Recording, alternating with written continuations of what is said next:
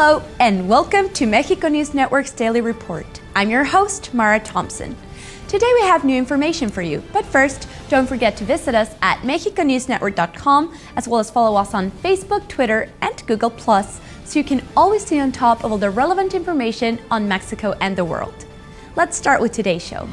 U.S. President Barack Obama took another step toward melting his country's relationship with Cuba by ending the 22-year-old policy known as wet foot, dry foot for Cuban migrants, which allowed Cubans who arrived in the United States without a visa to become permanent residents.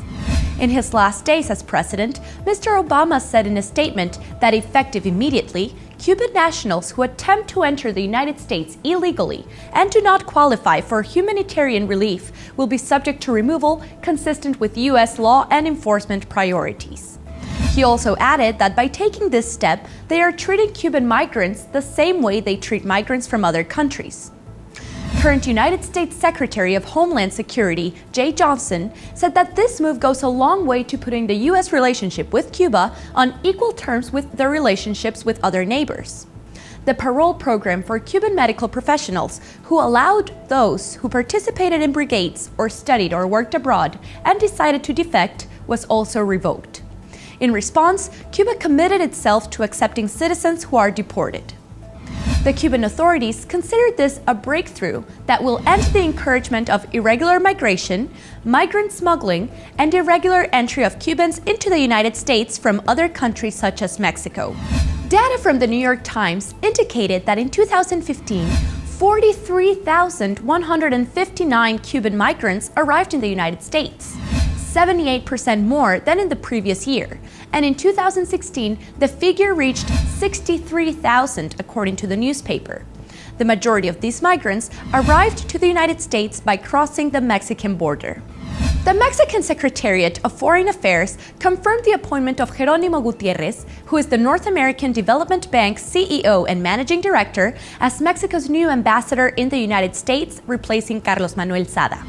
Gutiérrez, besides his economic background, has diplomatic experience, since he was the former Undersecretary for North America at the Mexican Ministry of Foreign Relations. In addition, he was Undersecretary for Latin America and the Caribbean, and more recently served as Undersecretary of Government in the Mexican Ministry of Government. This is the fifth Mexican ambassador in the United States during the 6-year term of our current President Peña Nieto, and it is scheduled to take place a week after Donald Trump is sworn in as President of the United States. Jerónimo Gutiérrez holds a bachelor's degree in economics from the Instituto Tecnológico Autónomo de México, ITAM, and a master's degree in public administration from the John F. Kennedy School of Government at Harvard University. During the presidential administration of Vicente Fox, he was head of the Planning, Communication, and Liaison Unit for the Ministry of Economy. According to expert analysts, this change suggests that the Mexican government will seek to position economic discussions with the new U.S. government, which has mentioned its intention to break with the Latin American Free Trade Agreement and the Trans-Pacific Agreement on Economic Cooperation. Another mission for the new ambassador is to try to mitigate Trump's tough stance on his intention to withdraw U.S. investment from Mexican soil and return it to the United States, like it already happened with the automaker Ford, which abandoned its investment plans in San Luis Potosí to produce automobiles in his country of origin. On the southern coast of the archipelago of Lanzarote, Spain, the Museo Atlántico opened its doors to the world a few days ago.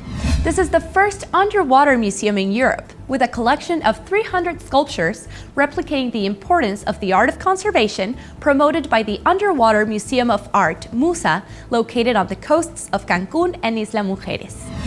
As in the Mexican Caribbean, the objective of the new museum is that with the passage of time, the sunken pieces will generate life, giving rise to the creation of an artificial reef. This is a reminder that the oceans and climate of our planet are changing, and humanity needs to take immediate action to protect them before it's too late, said the sculptor Jason Taylor, who in 2009 also collaborated with MUSA. The artistic work carried out in Spain has been one of the largest made by the British sculptor, as they include a wall of 100 tons and 30 meters in length, a sculpture of a botanical garden, and more than 200 human figures of real size. Submerged more than 2,000 meters deep, The 12 sculptural groups are already frequented by various species, such as angel sharks, barracudas, sardines, octopi, marine sponges, and butterfly rays, who are curious about the new concrete structures. Those who can also enjoy the Atlantic Museum of Lanzarote are tourists, who can already get to know and explore this underwater museum through snorkeling or diving.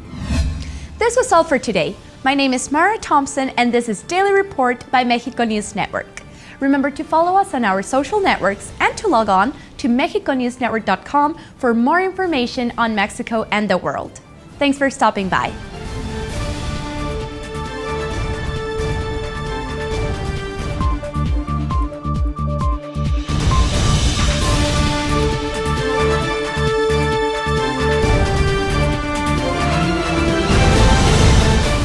If you liked our content, remember to like and subscribe. If you want to always stay on top of the daily news, visit our playlist.